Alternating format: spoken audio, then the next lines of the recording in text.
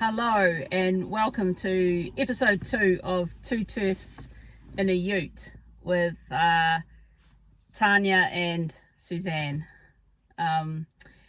We've had quite a lot happen since our last episode, the episode known as episode 1.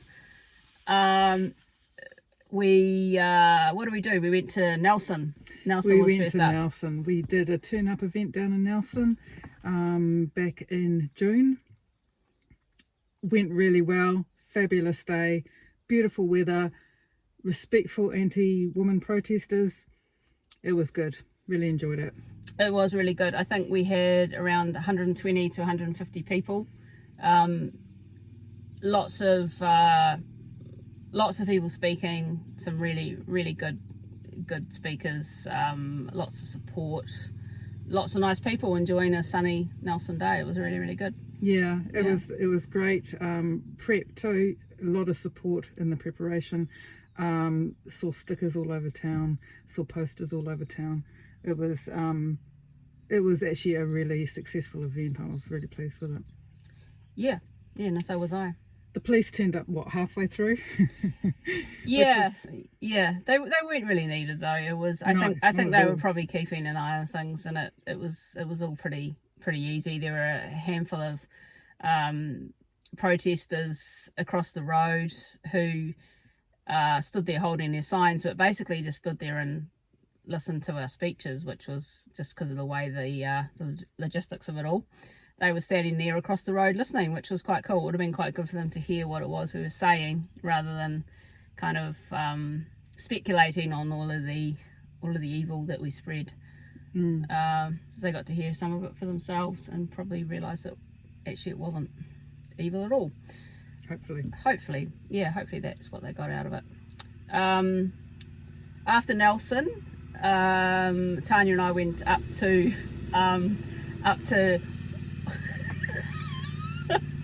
we're in the country. We've just been interrupted by a farmer who's about to yell out something. It's what you get in the country, but it's all right. It's a turfy farmer. Yeah, it's fine. Yeah. Good. So we went up to Auckland and we did a different kind of event up there, didn't we, Tania? Yeah, we decided that people were still a little bit it was still fresh in the memory, the whole Albert Park thing, so we thought maybe we'd do something indoors. So we hired a venue and kept it secret. We didn't publicise it at all, and we just put it out there in the main groups if anyone was interested in coming. So it was a smaller turnout. It wasn't a public thing. So we had quite a good venue. It was actually quite. It worked really well. I'd use it again for an advertised event. Yeah. Because it would have taken quite a few more people. Definitely. It was good. Yeah, worked really well. And that it had a different dynamic just because of it being indoors and a little more intimate, I guess.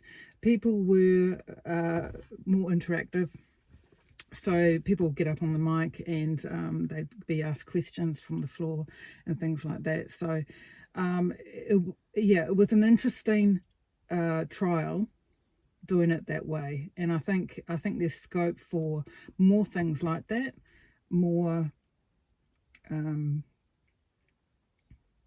Yeah, I mean the thing with our turn up events is that we can manage them however we want, and work on different ways of delivering the same sort of thing. For different audiences, different communities. They're going to have, Nelson was great. It had a particularly good sort of town square setup that was perfect for the sort of thing we were doing. You don't have those sorts of things everywhere. So no, it worked really well. And we met, for me it was really lovely to meet some of the Auckland women who I've talked to a lot online and haven't actually met in person. So I've really enjoyed that. It's really good. Yeah, it was great. We had brunch as well the next day. That was nice. Yeah. And I sort of wondered about Standing for Women doing something on a regular basis, which was a little more intimate like that. yeah, I think there's room for that. So that might be something we'll be looking at later. The next thing we have on our agenda, which is something that Speak Up for Women and Resist Gender Education are putting together, and it's in Lower Hutt on Tuesday the 12th.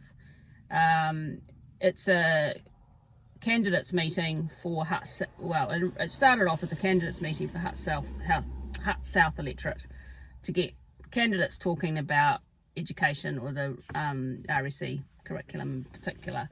And we've got some candidates coming. The ones from the major parties predictably turned us down, but we've got people from ACT and New Zealand First and Women's Rights Party and Workers Now.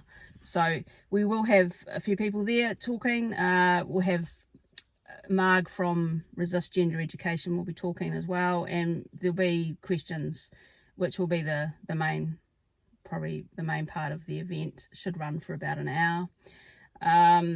It's at we had some issues with the venue. Our first venue was cancelled due to a trans activist targeting the school where we were trying to hold it, and basically getting angry and throwing his little toys around, and the school cancelled. So we've gone for a Hutt City Council venue this time. They've given us Treadwell Street Hall in Nainai, which is it's actually a fairly central location. There's plenty of parking around. It's easy to get to. It's a nice hall. So we'll be there 7 o'clock on Tuesday the 12th of September, which is this coming Tuesday. Treadwell Street Hall in Nainai. Sounds good. Yeah, it should be interesting. Good. Yeah, it's a chance for parents or anyone interested or worried about the relationship and sexuality education curriculum to come along and talk to us and to interested politicians about the content of that curriculum and what they can do, what their rights are, that kind of thing. So it should be an interesting event. Yeah. Following on from that will be September the 20th. Which will be the Let Women Speak New Zealand Justice protest. That's when Posey Parker comes over from the UK. There's a hearing on that day to hear whether the charges will be dismissed for the tomato juice thrower. I think I mentioned that last time. And we've got the protest organised, or nearly fully organised. We've got a great turnout of volunteers for marshals. I'm really pleased with that. Really impressed with the amount of people that are prepared to help out. They're getting trained at the moment, and we're working on strategy and planning around the logistics of the actual event. It's going well. It's going really well. We are aware that there are things we don't know. And we're sort of working closely with the police around intel and stuff like that. So hopefully we're not blindsided too much. We have our suspicions about things. We have our expectations about things. And we have our hopes about things. And that's pretty much standard, I would have thought. We just really hope that people will understand that this is about letting women speak, literally. It's letting women get up on the mic and talking. It's not about any sort of random idea or agenda that anyone may have. We just want people to speak, women to speak. That's it. And it's a success if that happens. I mean, that's... If anyone's got any other agenda, it would be great if they rethought their plans for coming, actually. So if you're going to be a dick, don't turn up. Yeah, basically. Yeah, okay. Yeah. That makes sense. Yep. Yeah. The next thing we have after Lower Hutt and Auckland is we're going to do a turn up in Hawke's Bay. I'm really looking forward to that. Yeah, it's going to be cool, that one. It's going to be the weekend of the 8th of October. And we're hoping it will run in a really similar way to Nelson. We kind of got a feeling about it that it will be similar. And we're looking for a sort of town square type venue. We've got some lovely Speak Up for Women people helping on the ground in Hawke's Bay with ideas for venues and advertising and all that kind of stuff. So once we've kind of got through, once I've got through the Lower Hutt event and Tania's got through Let Women Speak on the 20th, we can start looking at that one properly. Yeah. But it's been pretty busy. Other than that, for Speak Up for Women, it's business as usual. We're still, working with the Human Rights Act and pushing the Human Rights Commission to start to stop the sort of misinformation or the misrepresentation of the Human Rights Act that they still do. Working on various things, and obviously busy with the election, trying to encourage people to go along and talk to their candidates at different meetings and things and ask questions. We've got lots of people doing that. They're getting some good responses, some mixed responses. At some meetings they're not able to ask questions. That's another issue. So yeah, there's a lot happening, and it's going to be an interesting 6 weeks. It is. Yeah, it's going to be fun. Yeah, nothing like keeping busy. So we'll see you in either Lower Hutt or Auckland, yeah, or Hawke's Bay. Yeah, absolutely. Looking forward to it, guys. Thanks for tuning in. See ya.